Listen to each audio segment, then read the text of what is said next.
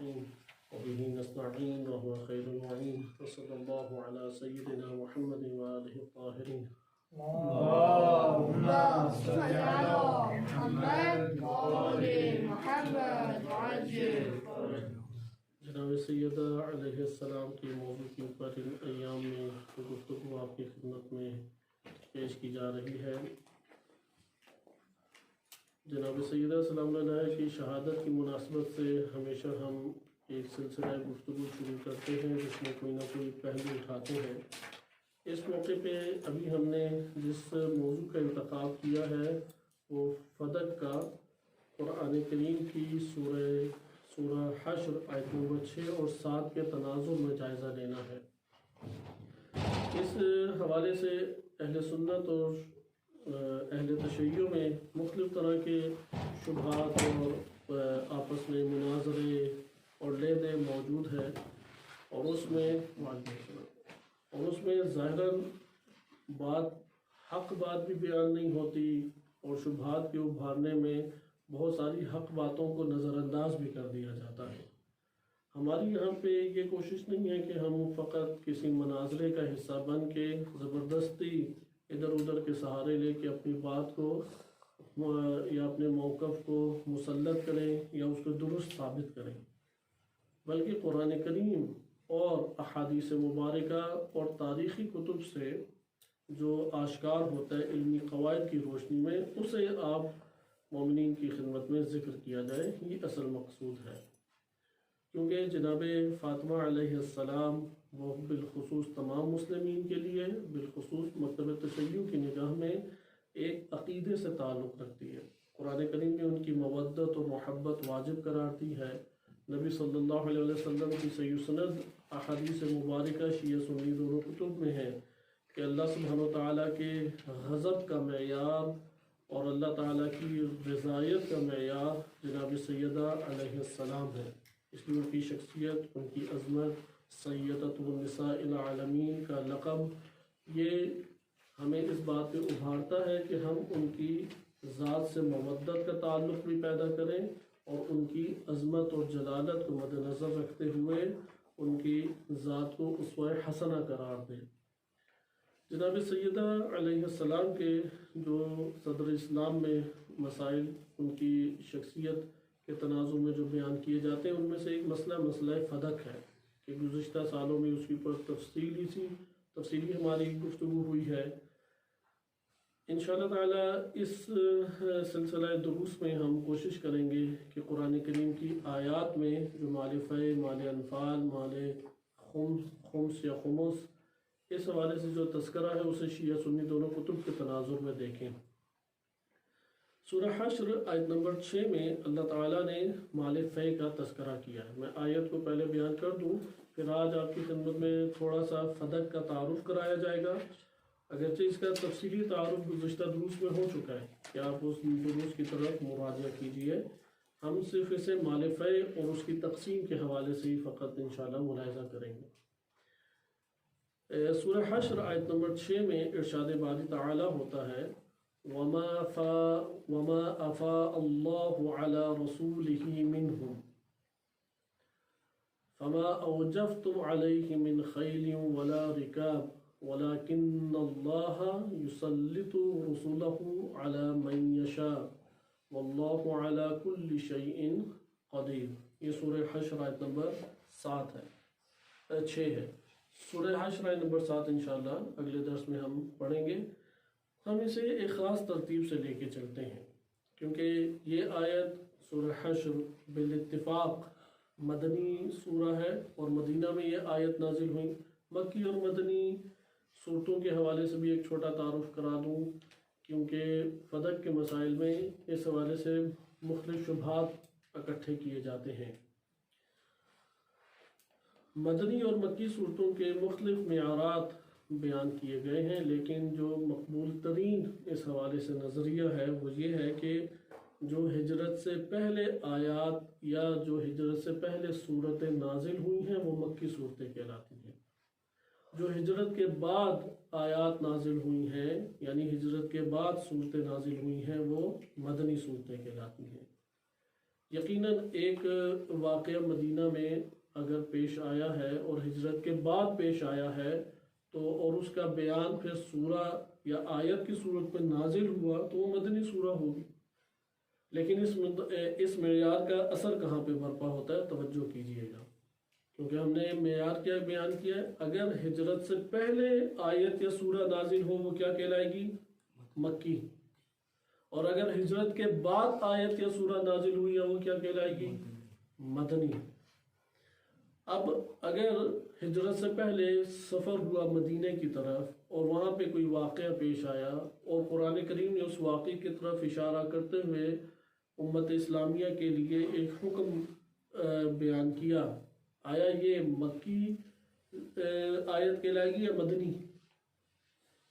ہجرت سے پہلے مدینہ میں نازل ہوئی، مدینہ میں واقعہ پیش آیا، لیکن ہجرت سے پہلے مکی. اور اگر اسی طریقے سے ایک واقعہ ہجرت کے بعد لیکن مکہ میں پیش آیا، مثلا فتح مکہ ہوا، فتح مکہ سے متعلق آیات نازل ہوئی، اگرچہ مکہ میں مثلا نازل ہوئی ہوں لیکن چونکہ ہجرت کے بعد نازل ہوئی ہیں، یہ کیا آیات کہلائیں گی؟ مدنی. قرآن کریم کی اسی طور پہ سورتوں کی تقسیم ہے. 114 جو معروف عدد ہے ہمارے ہاں مسلمانوں میں معروف ہے قول کے مطابق، 114 جو صورتیں ہیں ان میں مکی صورتیں وہ ہیں جو ہجرت سے پہلے نازل ہوئیں، اور مدنی صورتیں کون سی ہیں جو ہجرت کے بعد نازل ہوئیں. اچھا، اس کا یہ مطلب نہیں ہے کہ جب سورہ نازل ہوئی مثلا ایک سورہ، اب یہ پہلا جب ہم نے پہلی بات جان لی آئے دوسرے مرحلے میں ایسا بھی ہوا ہے کہ پوری سورہ وہ ہے مدینہ منورہ میں مدنی ہے، یعنی ہجرت کے بعد نازل ہوئی، لیکن اس کی بعض آیات مکی ہیں، کیونکہ ایسا نبی صلی اللہ علیہ وسلم خود حکم فرماتے تھے کہ یہ آیت اس سورہ میں رکھو، یہ آیت اس سورہ میں رکھو. لہذا جب صورتوں کے اندر آیات رکھی گئیں تو ایسا بھی ہوا کہ بعض ایسی بھی آیات مبارکہ تھیں کہ جو مکہ میں نازل ہوئیں لیکن ان کو مدنی صورتوں میں رکھا گیا، اور بعض ایسی تھیں یعنی ہجرت سے پہلے نازل ہوئی انہیں مدنی صورتوں میں رکھا گیا.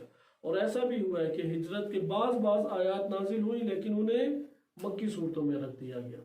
اور مسلمانوں نے، محققین مفسرین نے اس کو بڑی تحقیق کے بعد جانا اور ان آیات کی باقاعدہ نشاندہی کی کہ جو ہجرت کے بعد نازل ہوئی ہیں لیکن ہیں کس میں؟ مکی صورتوں میں، یا جو ہجرت سے پہلے نازل ہوئی لیکن ہے کہاں پر؟ مدنی صورتوں میں. یہاں پہ ایک شبہ پیدا ہوتا ہے. قرآن کی آیت فآتی ذی القربى حقہ، سورہ اسراء، سورہ بنی اسرائیل کی آیت ہے. فآتی ذی القربى حقہ، یہ رسول آپ ذی القربہ کا حق انہیں دے دیں، جو ذی القربہ کا حق بنتا ہے آپ انہیں دے دیں. اس کے ذیل میں شیعہ سنی کتب میں روایات وارد ہوئی ہیں کہ نبی صلی اللہ علیہ وسلم نے جناب سیدہ علیہ السلام کو بلایا اور فدق ان کے حوالے کر دیا. اب اس میں اہل سنت میں یہ عطیہ اوفی اور ابن ابی دارم ان دو شخصیات کے اوپر اعتراض کر کے وہ روایات کو ضعیف کرنے کی کوشش کرتے ہیں. اس کے اوپر گزشتہ دروس میں تفصیلی ہمارا گفتگو گزر چکی ہے. جو اس موضوع کو تفصیلی جاننا چاہتا ہے وہ گزشتہ دروس کی طرف رجوع کرے کہ اس ذیل میں، اس آیت کے ذیل میں جو روایت ہے آیا وہ روایت صحیح سند ہے یا نہیں، اہل سنت قواعد رجال و حدیث کی روشنی میں. لیکن یہاں میں مراد یہ ہے کہ اب اس آیت کے اوپر ابن کثیر دمشقی نے آ کے کیا اعتراض کیا؟ تفسیر ابن کثیر معروف تفسیر ہے، اس میں انہوں نے آ کے یہ اعتراض کیا کہ یہ سورہ مکی ہے، اور جبکہ جناب فاطمہ علیہ السلام کے جو ازدواج ہوا ہے اور خیبر جو فتح ہوا ہے یہ سارے کے سارے امور تو مدنی ہیں، تو یہ کس طرح سے ہو سکتا ہے؟ تو اس کا جواب ہی اصل یہی ہے کہ اگرچہ سورہ مکی ہے لیکن آیت کیا ہے؟ مدنی ہے. اور قرآن کریم میں ابھی ہماری لائبریری میں کتاب بھی موجود ہے کہ ایک محقق نے جتنے بھی اہل سنت، کیونکہ یہ زیادہ تر اختلاف جو وارد ہوا ہے وہ اہل سنت کتب میں ہے، طبری ہے، ابن کثیر ہے، یعنی تفسیر طبری، تفسیر ابن کثیر، تفسیر مثلا قرطبی ہے، تفسیر روح المعانی جو معاصر تفاسیر ہے. ان تفاسیر سے انہوں نے وہ سارے کی ساری آیات اکٹھی کی ہیں کہ مثلا سورہ مکی ہے لیکن آیت مدنی ہے، انہوں نے باقاعدہ اس کی لسٹ بنائی ہے، یا سورہ مدنی ہے لیکن آیت کیا ہے، مکی ہے، اور اختلاف بھی ذکر کیا، فلاں نے یہ کہا فلاں نے یہ کہا۔ اس کا یہ مطلب ہے ایسا ہو سکتا ہے سورہ مکی ہو لیکن آیت کیا ہو، مدنی ہو، اور کثرت سے یہ موجود ہے اہل سنت کی تمام تفاسیر میں آپ کو یہ اختلاف مل جائے گا، اس لیے یہ کوئی دلیل اپنے طور پہ نہیں بنتی، ایک شبہ ایجاد کی ہے مسلمانوں کے درمیان، شبہ سے ہٹ کے یہ کچھ نہیں۔ بہرحال ابھی اس پہلو سے جائزہ لینا مقصود نہیں ہے، کیونکہ ہم ابھی سورہ حشر کی آیات کو مطالعہ کریں گے۔ سورہ حشر میں قرآن کریم میں آیت نمبر 6 میں ارشاد باری تعالیٰ ہوتا ہے وَمَا آفَاءَ اللَّهُ عَلَى رَسُولِهِ مِنْهُمْ فَمَا أَوْجَفْتُمْ عَلَيْهِ مِنْ خَيْلٍ وَلَا رِقَابٍ وَلَكِنَّ اللَّهَ يُسَلِّطُ رُسُلَهُ عَلَى مَنْ يَشَاءُ وَاللَّهُ عَلَى كُلِّ شَيْءٍ قَدِيرٌ۔ یہ آیت مال فی سے تعلق رکھتی ہے۔ مال فی کیا ہے اس کو انشاءاللہ تعالی ہم دیکھیں گے، لیکن اس مقام پہ دو پہلو ہمارے لیے جاننا بہت ضروری ہے تاکہ ہم اس آیت تک پہنچ جائیں۔ پہلی چیز ہے کہ فدق کسے کہتے ہیں۔ یہ کلمہ فدق ہے، فدق یا فدق نہیں ہے، فا کے اوپر بھی زبر ہے اور دال کے اوپر بھی زبر ہے، 3 حرفی یہ کلمہ ہے، فا دال کاف، فدق یہ لفظ ہے۔ فدق کے بارے میں جانیں۔ نمبر 2، نبی صلی اللہ علیہ وسلم کی ملکیت کیا چیزیں تھیں، اس کو جانیں، اور پھر ہم انشاءاللہ تعالی آیت میں منتقل ہوتے ہیں، اور پہلا درس آیت کی ظاہری ترکیب اور ترجمے کے اوپر ہمارا ہوگا۔ انشاءاللہ ہم اگلے درس میں پھر موقف پڑھیں گے، شیعہ موقف اور اہل سنت مفسرین کا موقف، نہ کہ مناظرہ کے لوگوں کا موقف۔ مناظرے والے بیکار میں الجھاتے ہیں، آپ ان آیات کے ذیل میں مناظروں کو اٹھائیں، انہوں نے ہر مناظرہ کرنے والے نے اپنے ہی علماء کے برخلاف اپنی آراء پیش کی ہیں تاکہ اپنے موقف کو توڑ جوڑ کے وہ ثابت کر سکیں، اور یہ روش بلا شک و شبہ درست روش نہیں ہے۔ بالخصوص قرآن کریم کے ساتھ ایسا سلوک نہیں کرنا چاہیے کہ اپنے فقط فرقے کی بات کو بیان کرنے کے لیے قرآن کے معنی کو توڑ موڑ کے عوام کے سامنے پیش کر دیا جائے۔ مثلا اگر لام تملیغ کی بن رہی ہے یا اختصاص کی بن رہی ہے، وہاں پہ ایک اہل سنت آئے گا اور ثابت کرے گا نہیں بھائی یہ تو لام اختصاص نہیں ہے، یا یہ لام تملیغ کا معنی نہیں دے رہی، ملکیت کا معنی نہیں دے رہی۔ اگر ملکیت کا معنی ادھر نہ دے تو پھر کتنے ہی محدثین کا اس نے انکار کیا، اس نے کتنے مفسرین کا انکار کیا، قواعد عربیہ کا اور قرآن کریم کی آیات کے معانی کا گویا کہ اس نے انکار کی، لیکن وہ اپنے مولانا یا اپنے اوپر جو ایک استاد یا شیخ کا دفاع کرنا چاہتا ہے، اس کے لیے وہ بھرپور سر توڑ کوشش کر کے قرآن کے معنی کو توڑ موڑ کے پیش کرنے اور شبہات ایجاد کر کے لوگوں کو راضی کرنے کی کوشش کرتا ہے۔ یہ اس طریقہ کار سے ہم کاملاً بچیں گے، اس لیے ہم کتابوں سے لے کے آئیں گے۔ اگر مخالف قول بھی ہے، مخالف قول بھی پڑھیں گے، ایسا نہیں ہے کہ اپنے مطلب کی تائید والا اہل سنت کتابوں سے ہم نے موقف اٹھا لیا اور جو موقف اس کے مد مقابل اہل سنت کتب میں تھا اسے تذکر ذکر نہ کریں، یہ کام بھی درست کام یا درست روش نہیں ہے۔ خلاصہ کلام، پہلے فدق کا ایک ہم جائزہ لے لیں، اجمالی جائزہ، اور اس کے بعد ہم دوسرا جائزہ لیں نبی صلی اللہ علیہ وسلم کی ملکیت کا، لیکن مختصر، انتہائی اختصار کے ساتھ، کیونکہ اس کی تفصیلی گفتگو ہم سابقہ دروس میں کر چکے ہیں، باقاعدہ ہر اس موضوع کے اوپر ایک ایک کامل درس ہے، لیکن قرآن کریم کی ان آیات سے پھر استفادہ کریں گے۔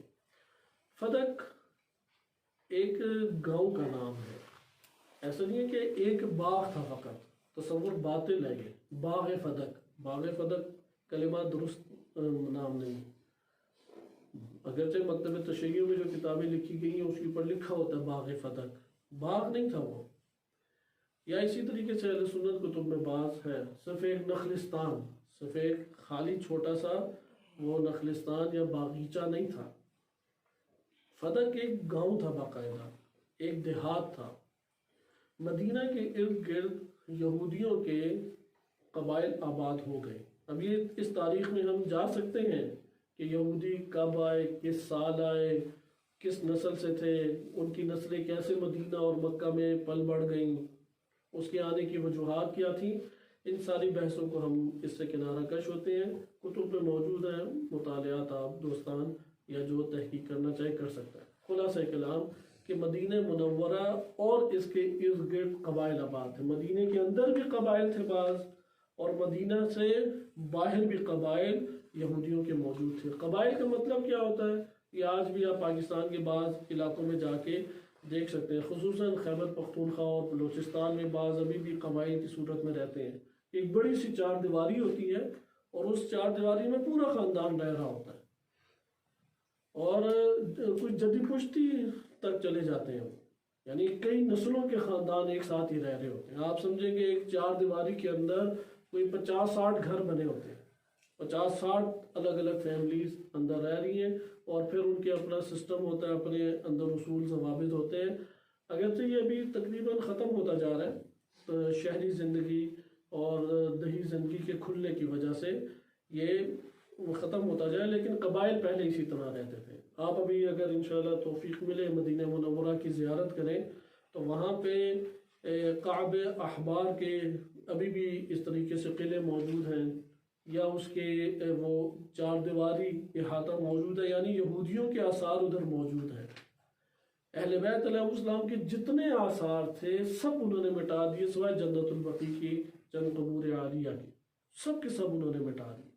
بس بنی ہاشم کا جو محلہ تھا وہ ٹائلیں انہوں نے بنا دی، کسی اور جگہ پہ کوئی باغ تھا اسے سارا اجاڑ دیا، کوئی مسجد تھی اسے ویران کر دیا، کچھ کو باغیچہ بنا دیا۔ اہل بیت علیہ السلام کے آثار آپ کو مدینہ میں نہیں ملیں گے، لیکن یہودیوں کی تمام چیزیں اسی طرح سے موجود ہیں۔ اس کے گرد انہوں نے جالیاں لگائی ہوئی ہیں، اس کی قلعے کی دیواریں اسی طرح ہیں، گرے ہوئے قلعے موجود ہیں۔ خیبر ہے، خیبر اسی طرح سے ابھی تک موجود ہے، کچھ انہوں نے نہیں چھیڑا۔ آس پاس آبادیاں موجود ہیں مسلمانوں کی، لیکن خیبر کے اندر جانے کی اجازت نہیں ہے۔ اسی طرح فدق بھی موجود ہے، فدق کی بھی اس جگہ پہ آثار موجود ہیں، لیکن نبی صلی اللہ علیہ وسلم اور اہل بیت علیہ السلام کی وہ انہوں نے اس جگہ سے مٹا دی۔ کہا جاتا ہے آل سعود کا گہرا ایک یہودیوں سے تعلق ہے، اور پیچھے سے یہ خاندان انہی کے خاندانوں میں سے خاندان بنتا ہے۔ بہرحال اس کی کیا حقیقت ہے اسے خدا بہتر جانتا ہے۔ مدینہ منورہ کے ارد گرد قبائل تھے ان کے یہودیوں کے، کہا جاتا ہے تقریباً 20 کے قریب بڑے قبائل آباد تھے، انہی میں سے ایک بنو نظیر تھا۔ ان قبائل کے نام یاد رکھنا بہت ضروری ہے، کیونکہ آج بھی مکتب تشیع کی اصل جنگ نہیں یہودیوں اور عیسائیوں سے ہے۔ یہی یہودی اور عیسائی ہیں، یہ داعش بناتے ہیں، یہی طالبان بناتے ہیں، یہی امت اسلامیہ کے کئی ممالک کے اوپر انہی کے پارٹی کے بندے آ کے حاکم بنے ہوئے ہیں۔ جیسے بھی آپ دیکھ لیں کہ قطر ہے، عرب امارات ہے، اسی طرح بحرین ہے، ان میں انہی کے افراد آ کے حاکم بنے ہوئے ہیں، ان کی پوری لابی کام کر رہی ہے۔ اسی طرح سعودی عرب میں اکثر جو ڈیفنس کے ایریاز ہیں یا ڈیفنس سسٹم ہے وہ یہودیوں کے ہاتھ میں، انہی کا لگایا ہوا ہے، اور وہی اس کے کنٹرول کرتے ہیں، وہ کسی مسلمان کے ہاتھ میں عملاً نہیں ہے۔ خلاصہ کلام کہ یہ یہودی، ان کو جاننے کے لیے ہمیں ماضی میں قبائل کو جاننا ضروری ہے، ان کا اثر و رسوخ کیا تھا اور کس حد تک یہ داخل تھے اس معاشرے کے اندر۔ بنو نظیر ان میں سے ایک قبیلہ موجود ہے۔ بنو نظیر کے جب ان کو وہاں سے نکال دیا گیا، یا آپ یہ کہیں گے شہر بدر کیا گیا، تو ان کے اموال کچھ بچے۔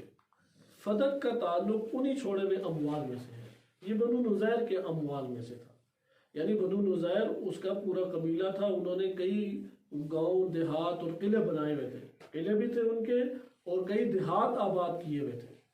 تو انہوں نے جب نبی صلی اللہ علیہ وسلم مدینہ تشریف لائے تھے، ہجرت ہوئی، مدینہ تشریف لائے رسول صلی اللہ علیہ وسلم، تو نبی صلی اللہ علیہ وسلم نے ان یہودیوں سے ایک معاہدہ کر لیا، کیونکہ مشرکین سب سے بڑے دشمن تھے مسلمانوں کے، اور جنگ بدر بھی ہوئی تھی۔ تو جنگ بدر کے بعد ایک معاہدہ درمیان میں پیش آیا مسلمانوں کے درمیان اور یہودیوں کے، اور وہ یہ تھا کہ تم اپنے دین پر عمل کرتے رہو، ہم اپنے دین پہ عمل کرتے ہیں، اور تم ہمارے مقابلے میں کسی دشمن کا حامی یا کسی دشمن کے لیے تم پشت پناہ نہیں بنو گے، یعنی کوئی کسی دشمن کی حمایت تم نہیں کرو گے، ان کے جا کے دوست نہیں بنو گے، ان کے ہمراہ بن کے ہمارے سے دشمنی نہیں کرو گے۔ انہوں نے یہ شرائط ساری مان لی، لیکن انہوں نے بعد میں مخالفت کی، اسے توڑ دیا۔ مختلف جنگوں میں انہوں نے خیانتیں کی، مثلا جنگ خندق ہے اس میں ان کی خیانتیں تھیں، جنگ احد میں بھی انہوں نے خیانتیں کی۔ ان خیانتوں کی وجہ سے بنو نضیر کو قابو میں لیا گیا اور ان کی قوت کو سب سے پہلے آ کے پارا پارا کیا گیا، یہاں تک کہ خیبر کا جو واقعہ ہوا اس سے یہودیوں کی تمام قوت وہاں پہ ٹوٹ گئی اور جتنا ان کا تسلط تھا وہ سارا کا سارا ختم ہو گیا۔ جیسا آج کے دور میں اقتصادی طور پہ یہودیوں نے پوری دنیا کو اپنے ہاتھ میں لیا ہوا ہے، بالخصوص عالم اسلام کو اقتصادی طور پہ ہاتھ میں لیا ہوا ہے۔ ایجنسیوں کے طور پہ انہوں نے عالم اسلام کو اپنے ہاتھ میں لیا ہوا ہے کہ ہر ملک میں ان کی ایجنسیوں کے بندے بیٹھے ہیں اور بڑے سے بڑی کارروائی اور بڑے سے بڑے منصبدار کو وہ اڑا دیتے ہیں، فوج کے سربراہان کو وہ اڑا دیتے ہیں۔ اتنی قوت کے ساتھ عالم اسلام کے تمام ممالک میں یہ بیٹھے ہیں۔ اسی طرح اس دور میں بھی تھا، نبی صلی اللہ علیہ وسلم کے دور میں اقتصادی تمام کی تمام قوت انہی کے ہاتھ میں تھی اور انہی کی ایجنسیاں اندر کام کرتی تھی، انہی کے نمائندے، انہی کے بندے ایجنسیوں کے طور پہ یہ اس قدر قوی تھے کہ انہوں نے بڑے بڑے افراد کو جہاں کے شہید کیا، حتیٰ نبی صلی اللہ علیہ وسلم کو کئی دفعہ شہید کرنے کی کوششیں کی۔ مکہ میں بھی اسی طرح یہودیوں میں نبی صلی اللہ علیہ وسلم کی ولادت با سعادت کے بعد سے ان کی کوششیں ہیں کہ رسول اللہ کو کسی طریقے سے شہید کیا جائے۔ خلاصہ کلام یہ قبائل آباد تھے اور ان قبائل میں ایک بڑا قبیلہ کیا تھا؟ بنو نضیر۔ بنو نضیر کے یہ بچے ہوئے اموال تھے، جب ان کی قوت ٹوٹ گئی تو چند دیہات پھر رہ گئے اور وہ اپنے طور پہ زندگی بسر کرتے تھے۔ خیبر کا جب قلعہ فتح ہوا تو مسلمان آگے بڑھتے چلے گئے اور آگے بڑھے تو بعض ایسے جگہیں تھیں کہ قبائل والے آئے اور کہا کہ یا رسول اللہ ہم سے آپ جزیہ لے لیں، ہمیں ادھر رہنے دیں۔ نبی صلی اللہ علیہ وسلم نے ان گاؤں والوں سے بات چیت یعنی معاملہ کیا کہ ٹھیک ہے تم لوگ ادھر زندگی بسر کرو اور اسلامی ریاست کے ماتحت تم زندگی بسر کرو گے، تم زراعت سے جو کچھ اگاؤ گے اس پیداوار کا اتنا حصہ ہمیں دے دو گے، مثلا 20% حصہ ہمیں دے دو گے، 80% حصہ تمہارا ہو جائے گا، یا نصف تمہارا ہو جائے گا نصف ہمارا ہو جائے گا۔ انہوں نے مان لیا۔ جب انہوں نے مان لیا تو پھر وہ آگے پیش رفت مسلمان کرتے تھے، لشکر آگے بڑھ جاتا تھا۔ یہ خبر فدق والوں کو بھی پہنچ گئی۔ فدق ایک گاؤں تھا، اس میں یعنی چند باغات تھے، چند نخلستان تھے، پانی کے چشمے تھے، زراعت ادھر ہوتی تھی اور آبادی ادھر مختصر سی موجود تھی۔ جس طرح ایک گاؤں میں چھوٹے چھوٹے گاؤں آپ پاکستان میں سفر کریں تو چھوٹے چھوٹے گاؤں آپ کو کئی دیکھنے کو ملتے ہیں، اس طرح فدق ایک چھوٹا سا گاؤں تھا۔ لیکن فدق کی قیمت بقیہ جگہوں سے اس لیے زیادہ تھی کہ انتہائی زرخیز تھا اور پانی کے ادھر چشمے باقاعدہ موجود تھے۔ اپنے زرخیز ہونے، زراعت کے اعتبار سے، پیداوار ہونے کے اعتبار سے اور نخلستانوں کے اعتبار سے اس جگہ کی ایک قیمت تھی، اور جو آئندہ آنے والے سالوں میں مسلمانوں کے درمیان سیاسی حیثیت اختیار کر گئی، کیونکہ سیاسی طور پہ آپ کو کوئی مالیات کا منبع چاہیے، ذخیرہ چاہیے۔ تو مسلمانوں کے پاس نبی صلی اللہ علیہ وسلم کے دور میں اور ان کی فوراً رحلت کے بعد یعنی جنگوں سے پہلے یہ جو مسلمانوں نے روم اور ایران سے جو جنگیں کی ہیں اس سے پہلے مالیت کے بڑے منابع میں سے ایک منبع فدق تھا، جس سے بڑی مالیت مسلمانوں کے ہاتھ میں آتی تھی، اس لیے وہ ایک سیاسی حیثیت فدق اختیار کر گیا۔ نبی اکرم صلی اللہ علیہ وسلم نے جب ان گاؤں والوں سے، بعض گاؤں والوں سے معاملہ کر لیا اور جزیے کے اوپر راضی ہو گئے تو یہ خبر فدق کے گاؤں والوں کو بھی پہنچ گئی۔ تو فدق والے آئے اور انہوں نے رسول اللہ سے یہی معاملہ کیا اور کہا کہ یہ جو جگہ ہے اس میں آپ ہمارے ساتھ معاملہ کر لیں، تو اس معاملے کی صورت میں ہم آپ کو پیداوار دیں گے، یعنی جو بھی معاملہ ہوگا وہ ہم آپ کو دے دیں گے اور بقیہ جو ہے وہ ہم رکھیں گے۔ تو نبی اکرم صلی اللہ علیہ وسلم نے ان کے ساتھ وہاں پہ اس ساری کی ساری جگہ کو کنٹرول کر لیا بغیر کسی جنگ کے، اور ان سے ایک دو معاملہ کر لیا، اور بعد میں ادھر جو رہے سہے یہودی تھے انہیں بھی نکال دیا۔ جو رہے سہے یہودی یعنی جو معاملہ تھا، جب یہ خیانتیں انہوں نے کی تو بنو نضیر والوں کو کاملاً انہوں نے نکال دیا، یعنی ان کے علاقوں سے انہیں ملک بدر کر دیا اور وہ یہودی وہ جگہ چھوڑ کے چلے گئے، اور اس طرح یہ خالصتاً یہ جگہ مسلمانوں کے قبضے میں، پہلے مسلمانوں کے قبضے میں آ گئی، لیکن جب مسلمانوں کے قبضے میں آئی تو انہوں نے اولاً معاملہ کیا۔ جب معاملہ کریں گے تو اموال پھر آئیں گے مقابلے میں، اور پھر اموال آئیں گے جب یہودیوں کو کاملاً نکالا جائے تو پھر ٹوٹل مالک کے ہاتھ میں وہ ملکیت پوری کی پوری آ جائے گی۔ اس تاریخچے کو انشاءاللہ تعالی بقیہ اگلے درس میں رکھیں گے کہ نبی صلی اللہ علیہ وسلم کے دور میں یہاں تک تو ہماری بات پہنچ گئی کہ اس جگہ پہ معاملے مسلمانوں کا لشکر دوڑائے بغیر، جنگ ہوئے بغیر وہ جگہ کس کے ہاتھ میں آ گئی؟ مسلمانوں کے ہاتھ میں آ گئی۔ جب مسلمانوں کے ہاتھ میں آ گئی تو اب وہاں پہ کیا ہوا؟ کیا وہاں پہ معاملہ ہوا؟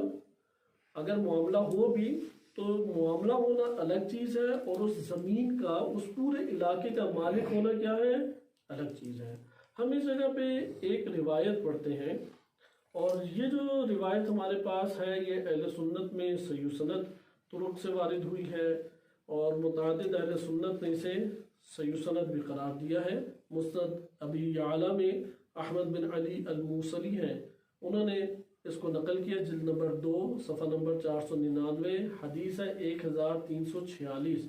اس کے محقق ہیں حسین سلیم اسد، انہوں نے اس کو جید و صحیح سند قرار دیا ہے۔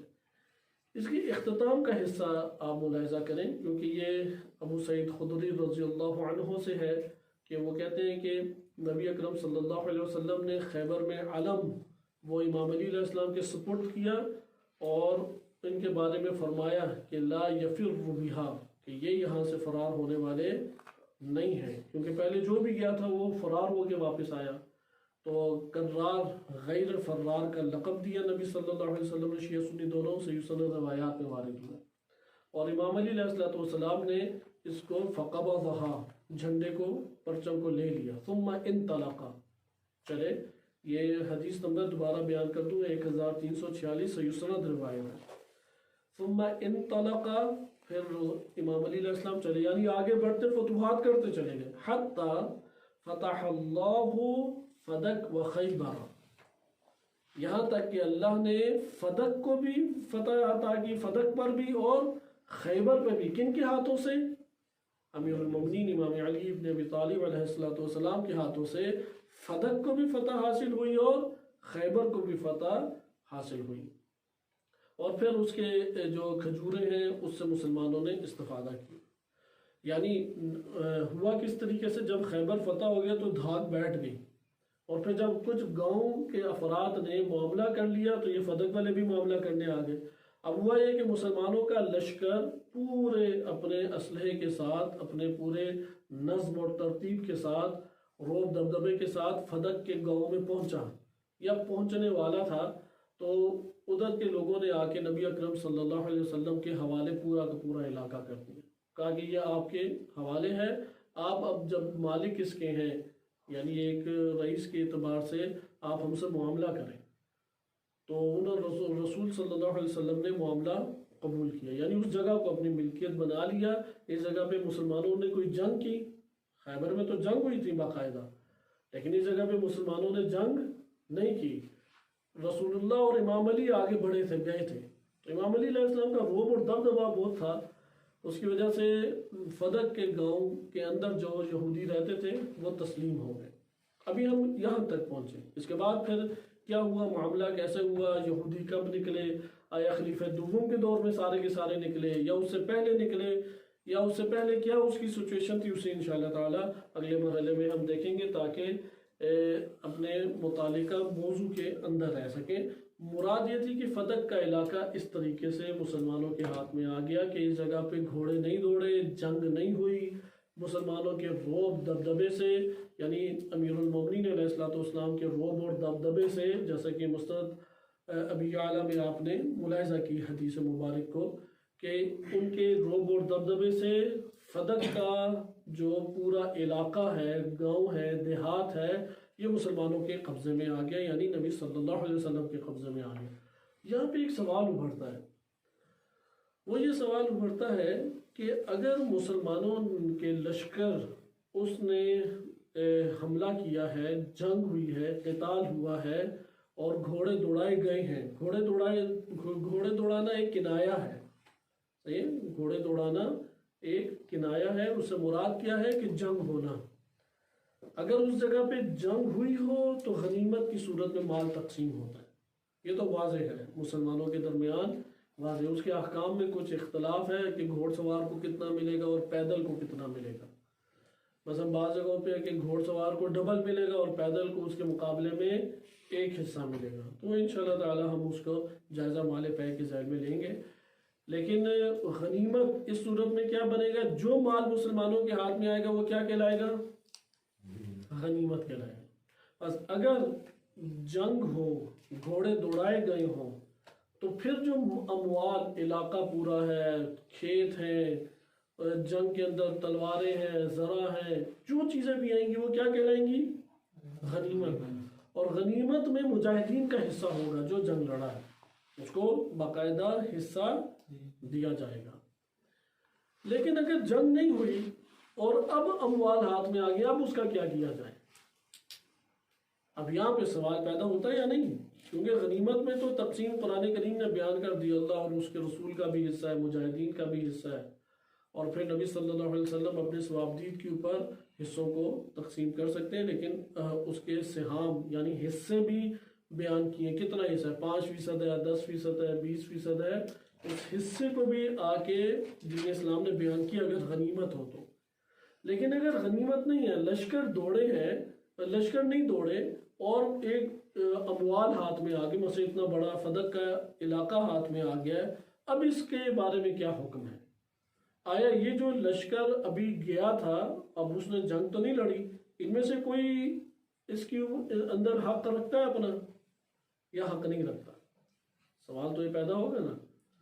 یعنی بالآخر وہ لشکر گیا تو ہے اس جگہ پہ، لیکن وہاں پہ مثلا امام علی علیہ السلام کی اور رسول اللہ کی ہیبت سے متاثر ہو کے وہ سر تسلیم خم کر لیا انہوں نے، یا مسلمان لشکر کے دباؤ کے ماتحت آ کے سر تسلیم خم کر لیا. اب تو انہوں نے کوئی زحمت نہیں کی، لشکر والوں نے کوئی محنت نہیں کی، کوئی جنگ نہیں ہوئی. اب جو اموال آئے ہیں یہ کس کے ہیں؟ آیا یہ تمام مسلمانوں کے اموال ہیں؟ ایک قول یہ ہے، اہل سنت میں اسی طرح سے یہ اقوال نقل ہوئے کہ یہ کس کے ہیں؟ تمام مسلمانوں کے برابر ہیں. یعنی وہ جو اموال بنیں گے وہ مسلمانوں میں، تمام مسلمانوں میں تقسیم کر دیے جائیں، اس کے حصے بنا کے تقسیم کر دیے جائیں. نمبر 2، یا نہیں یہ مسلمانوں کے، نہ مسلمانوں کے نہ لشکر والوں کے، فقط اور فقط نبی صلی اللہ علیہ وسلم کی ملکیت قرار پائیں گے. اب ادھر سوال پیدا ہوتا ہے، ابھی میں سوال ابھارنا آپ کے ذہنوں میں چاہ رہا ہوں کہ یہ سوال تو ابھرے گا کہ اب جہاں پہ گھوڑے نہیں دوڑائے، جنگ نہیں ہوئی اور اموال ہاتھ میں آ گیا، تو ان اموال کا مالک کون ہے؟ اگر ہم کہ نبی صلی اللہ علیہ وسلم مالک ہے تو وہ تو اپنی مرضی سے پھر جس کو جتنا دینا چاہے دے سکتے ہیں. آپ کہ نہیں، رسول اللہ مالک ہیں، لیکن دین اسلام نے بتایا کہ رسول اللہ تقسیم کرنے کے اعتبار سے مالک ہے، نہ کہ ان کا اپنا ذاتی مال ہے. وہ تقسیم کرنے کے اعتبار سے یہ اس اموال کو لیں گے اور پھر مسلمانوں میں تقسیم کر دیں گے. آخر اس میں کیا حقیقت ہے؟ قرآن کریم کی جو سورہ حشر کی آیت نمبر 7 ہے، اس نے تقسیم کا طریقہ کار بتایا. یعنی غنیمت اس مال کو کہتے ہیں کہ جس میں جنگ ہوئی اور جنگ کے نتیجے میں اموال ہاتھ میں آئے. ان اموال کے اوپر کیا عنوان آتا ہے؟ غنیمت کا. اسے غنیمت کے احکام کے تحت تقسیم کر دیا جائے گا. لیکن اگر کچھ اموال ایسے آئیں کہ جن میں مسلمانوں نے جنگ نہیں لڑی اور وہ سر تسلیم خم کر کے اپنے علاقے اور اپنے اموال انہوں نے مسلمانوں کو دے دیے، تو اس اموال کو فے کہتے ہیں. فے یہ حمزہ یعنی یہ محموز اللام ہے اور اجوف یائی ہے. فے، فا، یا اور حمزہ کلمہ، اسے غنیمت تو مسلمانوں میں لفظ چلتا ہے اس لیے سارے آشنا ہیں. مال فے سے واقف نہیں ہے، اسے کہتے ہیں مال فے، فا، یا اور حمزہ. بس جب بھی مال فے کہا جائے گا تو مال فے سے کیا مراد ہے؟ خود قرآن کریم سورہ حشر آیت نمبر 6 میں اس کا معنی ایک نو بیان کر دیا گیا کہ مال فے سے مراد کیا ہے، کہ جس میں نہ جنگ ہوئی، نہ گھوڑے دوڑائے اور نہ لشکر والوں نے زحمت کی اور اموال ہاتھ میں آ گئے. اس کے پر عنوان کیا لگے گا؟ مال فے. سوال، مال فے کو تقسیم کیسے کیا جائے؟ جواب سورہ حشر آیت نمبر 7 آ کے بیان کرے گی کیسے تقسیم کریں. صحیح ہے؟ سورہ حشر آیت نمبر 7 کس سے متعلق، یعنی با الفاظ دیگر سورہ حشر آیت نمبر 6 اس عنوان سے ہے کہ مال فے کہتے کسے ہیں، کسے مال فے کسے کہتے ہیں، اور سورہ حشر آیت نمبر 7 کس بارے میں ہے کہ مال فے کو تقسیم کرنے کا ضابطہ اللہ سبحانہ وتعالیٰ نے کیا بیان کیا ہے۔ یہ ہمارا نقطہ ایک ہو گیا۔ دوسری بات، نبی اکرم صلی اللہ علیہ وسلم کے اموال کتنے تھے، یہ بہت اہم چیز ہے، کیونکہ میراث کا مسئلہ بھی یہاں سے ابھرتا ہے۔ نبی اکرم صلی اللہ علیہ وسلم کے جو اہل سنت کتب میں بھی وارد ہوا ہے، جیسے مسند بزار میں جلد نمبر 1 صفحہ 379 میں، مسند عمر بن خطاب میں یہ بات نقل ہے کہ اس میں روایت بیان کی گئی ہے کہ خود خلیفہ دوم بیان کرتے ہیں، یہ قول خلیفہ دوم سے ہے کہ نبی اکرم صلی اللہ علیہ وسلم کے 3 اموال تھے۔ اچھا، یہاں پہ ایک اور بات، کیونکہ یہ اب اگر ہم ان اصطلاحات کو صحیح طرح یاد نہیں کریں گے تو ان مباحث کو نہیں سمجھ سکتے۔ غنیمت کا مطلب، ہمیں لفظ غنیمت کا بالخصوص مطلب جنگی غنیمت اسے کہتے ہیں۔ اختلاف موجود ہے قرآن میں، جب غنیمت کا تذکرہ آتا ہے، آیا اس سے مراد ہر نفع اور فائدہ ہے یا جنگی غنیمت ہے؟ تو شیعہ فقہا اس بات کے قائل ہیں اس سے مراد ہر نفع اور فائدہ ہے، اور ان ہر نفع اور فائدے میں سے ایک مورد کیا جنگی غنیمت کا۔ بہرحال جنگی غنیمت کا معنی واضح ہے۔ دوسرا اس کے بعد لفظ آ جاتا ہے فی، مال فی۔ مال فی وہ مال ہے کہ جس میں جنگ کے لیے گئے لیکن جنگ نہیں ہوئی اور اموال ہاتھ میں آ گئے۔ اب ادھر ایک لفظ اور آ رہا ہے، وہ ہے لفظ صفی، جس کا مطلب ہے، جس کی جمع صفایا، صاد فا یا، اس کی جمع کیا آتی ہے صفایا۔ صفایا یعنی جو ملکیت تھا رسول اللہ کی، یہ ملکیت ذاتی ہے۔ ایک ملکیت منصبی ہے، ایک ملکیت ذاتی ہے، اس کی طرف توجہ رکھنا ضروری ہے۔ یہ مکتب تشیع کا بالخصوص نظریہ ہے۔ ایک ملکیت منصبی ہے، یعنی مسلمانوں کے حاکم کے طور پہ یہ مال حاکم سے تعلق پیدا کرے گا، اس کو کہتے ہیں مال منصبی، ملکیت منصبی۔ یعنی نبی صلی اللہ علیہ وسلم کی رحلت کے بعد جو منصبی مال ہے وہ بھی میراث میں تقسیم ہوگا، یا وہ اگلے شرعی حاکم جو جسے اللہ نے حاکم بنایا، نہ کہ کوئی آ کے زبردستی حاکم بن جائے، جسے اللہ نے حاکم بنایا اس کے سپرد ہو جائے گا۔ ہاں، یہ جو منصبی مال ہے، منصبی مال میں وہ اس کے حاکم کے سپرد ہو جائے گا جسے نبی صلی اللہ علیہ وسلم حاکم بنا کے جا رہے ہیں۔ لیکن ایک مال ہے جو کہ مال ذاتی ہے۔ ذاتی اموال کے لیے کلمہ اصطلاحی طور پہ لفظ استعمال ہوتا ہے صفایا، صاد فا الف یا الف جمع ہے صفایا۔ نبی کرم صلی اللہ علیہ وسلم خلیفہ دوم مسند البزار کے مطابق 3 صفایا تھے، ان کے 3 چیزیں ذاتی ان کی ملکیت تھیں۔ یہ جو 3 ذاتی ملکیتیں ان کے پاس نبی صلی اللہ علیہ وسلم کے پاس تھیں، اس کا بیان کتب میں وارد ہوا ہے۔ وہ ایک ہے بنی نذیر و خیبر و فدق، یعنی بنی نذیر سے کچھ اموال آئے تھے اور کچھ اموال خیبر سے آئے تھے، اور کچھ اموال نبی اکرم صلی اللہ علیہ وسلم نے فدق کی صورت میں لیے تھے اور ذاتی ملکیت بنائے تھے۔ اس کو انشاءاللہ تعالی ہم اگلے مرحلے میں ملاحظہ کریں گے، کیونکہ ذاتی ملکیت والا پہلو بہت اہم ہے۔ ذاتی ملکیت جو چیز بن جائے وہ نبی صلی اللہ علیہ وسلم اپنی ثوابدید پہ کسی کو بھی دے سکتے ہیں، اور جس کو دیں گے وہ مالک بن جائے گا اور پھر اس سے نہیں لیا جائے گا۔ لیکن جو منصبی مال ہے اس کو قانون اور ضابطے کے تحت رسول صلی اللہ علیہ وسلم تقسیم کریں گے اور عادلانہ تقسیم اس میں کریں گے۔ لہذا یہاں سوال یہ پیدا ہوتا ہے، مال فی آیا منصبی مال ہے یا ذاتی مال ہے؟ اس کو انشاءاللہ اگلے درس میں ملاحظہ کریں گے، لیکن اس کا تعارف کرانا ضروری تھا۔ ایک ہے صفایا رسول اللہ اور ایک کیا ہے منصبی مال۔ منصبی مال بھی اگر ہو تو مکتب تشیع کے مطابق نبی صلی اللہ علیہ وسلم کے پاس جتنے منصبی مال ہیں، وہ منصبی مال کا رسول اللہ کے بعد مالک کون بنے گا؟ امام علی علیہ السلام۔ امام علی علیہ السلام کے بعد کون مالک بنے گا؟ امام حسن مجتبی علیہ السلام، جنہیں اللہ تعالیٰ نے حاکم بنایا ہے۔ لہذا منصبی مال میں میراث شے نہیں بنتی، لیکن ذاتی اموال وہ اولاد معصوم ہو یا معصوم نہ ہو ان میں تقسیم ہوگی۔ آج اب ہم آیت کریمہ کی طرف، آیت کریمہ پہ غور کریں اور اس کی ترکیب کو پہلے دیکھیں۔ ترکیب مد نظر رکھنا ضروری ہے تاکہ ہم بالکل ابتدا سے کہ اس کے ترجمے میں کسی قسم کی گڑبڑ ہو ہی نہ سکے، کیونکہ جب ہم اس کی اعراب اور ترکیب بیان کریں گے آپ کی خدمت میں تو یہ اہل سنت کتب سے بالخصوص لی گئی ہے۔ مکتب تشیع کے مفسرین نے بھی ذکر کیا ہے، جیسے التبیان کتاب ہے، یا اسی طرح سے مجموع البیان کتاب ہے، ہماری قدیمی کتب تفاسیر ہے، اس میں ذکر کی گئی ہے یہ تراکیب، لیکن اس کے اوپر زیادہ اختلاف نہیں ہے۔ واو یہاں پہ وما آفا اللہ، وما آفا اللہ، یہاں پہ واو مستأنفہ ہے، نئی بات شروع کی جا رہی ہے۔ اہل سنت اکثر بیشتر علماء مفسرین نے اسے واو مستأنفہ قرار دیا ہے۔ ما یہاں پہ موصولہ ہے جو کہ شرط کا معنی دے رہی ہے، صحیح ہے، نازل منزلہ شرط اسے کہتے ہیں، قائم مقام شرط ہے اسم، ہے اس میں موصول، لیکن نازل منزلہ معنی کے اعتبار سے شرط کا فائدہ دے، چونکہ جب بھی شرط ہوگی تو جواب بھی ہوگا۔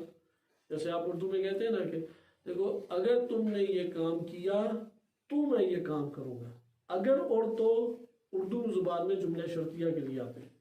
عربی میں جملہ شرطیہ کے لیے باقاعدہ الفاظ ہیں، جیسے ان ہے، صحیح ہے، یا ان اور فا، ان اور واو، اسی طریقے سے لمبا بھی بعض اوقات آتا ہے، مختلف اس طرح کے کلمات، حروف بھی ہیں عربی زبان میں اور اسماء بھی ہیں۔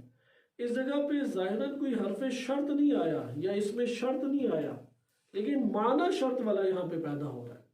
معنی یہ ہے کہ معنی کس طرح پیدا ہو رہا ہے کہ اگر اللہ اپنے رسول کو تم لوگوں میں سے ان یہودیوں میں سے اللہ اپنے رسول کو کچھ عطا کرے جس کے اوپر تم لوگوں نے گھوڑے نہیں دوڑائے، صحیح، تو پھر وہ مثلا اس طرح سے تقسیم ہے کہ وہ اللہ کے لیے، اس کے رسول کے لیے، ذوی القربہ کے لیے، انشاءاللہ آگے بیان آئے گا۔ آپ نے دیکھا کہ معنی کے اعتبار سے ایک نوع شرط ادھر سے ظاہر ہوتا ہے، لیکن ترکیب کے اعتبار سے حرف شرط نہیں ہے، نہ اس میں شرط یہاں پر موجود ہے۔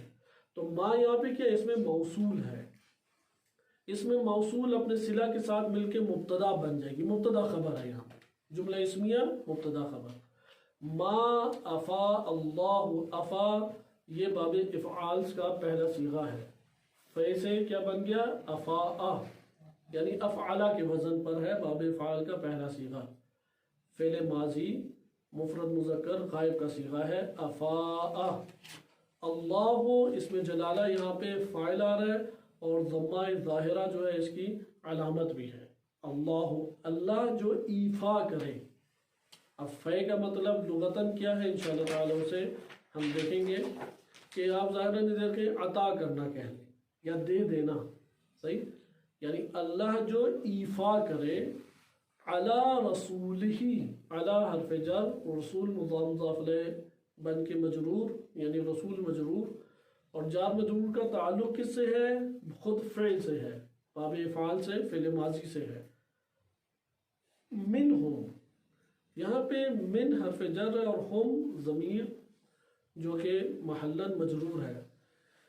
جار مجرور کا بعض نے تعلق وہ اسی فعل ماضی، باب افعال سے، جو فعل ماضی اسی سے تعلق قائم کیا، اور بعض نے کہا یہ حال ہے، حالت بیان کر رہے ہیں یہاں پہ، حال محذوف ہے اس سے متعلق ہے، یعنی مثلا موجوداً یا ثابتاً، اس سے یہ حال آ رہا ہے، یعنی حالت بیان کر رہا ہے کہ کیا اس وقت حالت ہے، یعنی اللہ نے کس حال میں انہیں دیا، یعنی وہ کن لوگوں سے لے کے دیا، در حالانکہ وہ لوگ یہودی ہیں جن سے اللہ مال دے رہا ہے۔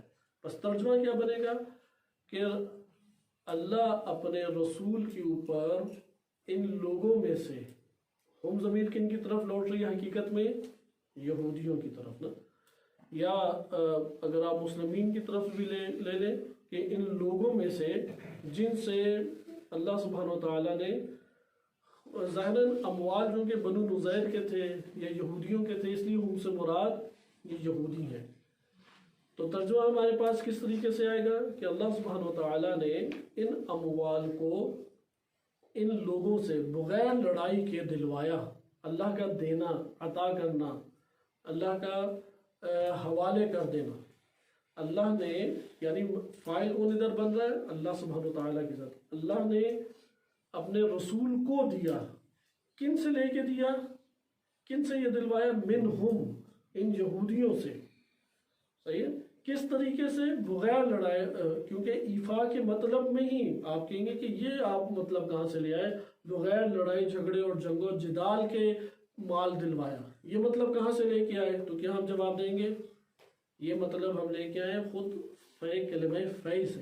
کلمہ فے کا مطلب ہی یہ ہوتا ہے بغیر لڑائی جھگڑے جو ملکیت میں ہاتھ میں مال آ جائے. تو جو مال اللہ نے اپنے رسول کو ان لوگوں سے بغیر جنگ و جدال کے دلوا دیا. اب یہ شرط کا معنی ادھر پیدا ہو گیا یا نہیں؟ افار رابطہ کے طور پہ آ گیا. فما اوجفت، ما نافیہ ہے. ایجاف کہتے ہیں ایک جانور کو تیز چلانا. صحیح ہے؟ تو یہاں پہ اب قرآن کہہ رہے ہیں کہ تم لوگوں نے تو نہ گھوڑے دوڑائے نہ اونٹ دوڑائے، یعنی تم لوگوں نے کوشش ہی نہیں کی. تو ایجاف یعنی تم لوگوں نے کوئی کوشش نہیں کی. لغتاً ایجاف کسے کہتے ہیں؟ تیز دوڑانے کو. جب جنگ ہوتی ہے تو تیز دوڑاتے ہیں جانور کو یا نہیں؟ اس سے یہ کنائے کے طور پہ آ رہا ہے. تو یہاں پہ قرآن بیان کر رہا ہے فما اوجفتم، کہ ما نافیہ ہے، تم لوگوں نے اوجفتم تیز نہیں دوڑائے. علیہ، علیہ جار مجرور جو ہے اس کا تعلق بھی اوجفتم سے ہے. من خیلین، یہاں پہ من حرف زائدہ ہے. آپ جانتے ہیں حرف زائدہ ظاہراً عمل کرتا ہے معنن نہیں کرتا. یعنی اصل میں یہ تھا خیلن و رکابن، مفعول بے تھا، لیکن من داخل کر کے من خیلن ولا رکابن کر دیا. مفعول بے تھا اس جگہ پر. یعنی تم لوگوں نے نہ گھوڑے دوڑائے، رکاب یعنی اونٹ. رکاب سے ادھر کیا مراد ہے؟ اونٹ. نہ تم نے گھوڑے دوڑائے اور نہ تم نے اونٹ دوڑائے.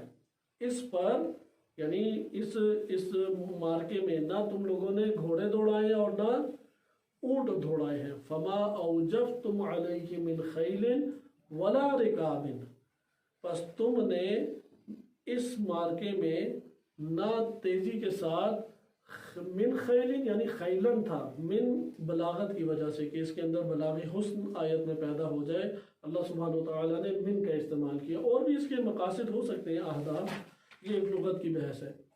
تو گھوڑے، نہ تم لوگوں نے گھوڑے دوڑائے اور نہ اونٹ دوڑائے. صحیح. ولیکن اللہ، واو یہاں پہ حالیہ ہے. لیکن استدراک کے لیے ہے. اللہ اس میں جلالہ، اس میں لیکن ہے. یسلط رسلہ علی من یشاء، اللہ اپنے رسولوں کو جس کے اوپر بھی مسلط کرنا چاہے یہ اللہ کی مشیت کے مطابق ہے. واللہ علی کل شیء قدیر، یہاں پہ وہ مستانفہ ہے اور عاطفہ بھی قرار دے سکتے ہیں پچھلے جملے پر کہ اللہ یہاں پہ اسم جلالہ مبتدا آئے گا. اللہ علی کل شیء قدیر، ہر شے کے اوپر کیا ہے؟ قدیر ہے، بہت قدرت والا ہے. یہ آیت کی ظاہری آپ کے پاس ترکیب آ گئی. اس ترکیب میں اب ہم اگر مناسب ترجمہ کرنا چاہیں تو کیا کریں گے؟ ایک تو تیزی کے ساتھ میں نے الفاظ معنی پڑھے ہیں بغیر لغات کے سہارا لیے، کیونکہ شیعہ سنی میں معنی آیت کے اس جگہ پہ معنی کے اعتبار سے کوئی اختلاف نہیں ہے کہ ایجاف کا کیا مطلب ہے، قدیر کا کیا مطلب ہے، مسلط ہونے کا کیا مطلب ہے. اس میں شیعہ سنی میں اختلاف نہیں ہے. اس لیے میں نے تیزی سے آپ کی خدمت میں یہ معنی پڑھ دیے. اس آیت کا ہم ترجمہ دیکھ لیں، کیونکہ اس آیت میں مال فے کا تعارف ہے کہ اللہ نے اپنے رسول کو ان لوگوں سے جو اموال دلوائے ہیں ان اموال میں تم نے ان اموال کے اوپر تم نے نہ گھوڑے دوڑائے نہ اونٹ دوڑائے اور نہ کوئی جنگ و جدال کیا. لیکن اللہ اپنے رسولوں میں سے جس کو چاہتا ہے وہ اس کے اوپر مسلط کر دیتا ہے. یعنی رسول نے ان اموال کے اوپر اللہ نے رسول کو مسلط کیا اور اللہ ہر شے کے اوپر قادر ہے. آیت آپ کے لیے واضح ہوئی. میں آیت کو پڑھ کے اختتام کرتا ہوں. انشاءاللہ بقیہ مطالب ہم اگلے درس میں پڑھیں گے. دوبارہ آیت کا ترجمہ دیکھیں کیونکہ اس آیت کا ترجمہ حل ہونا ترکیب کے اعتبار سے ہمارے لیے ضروری ہے.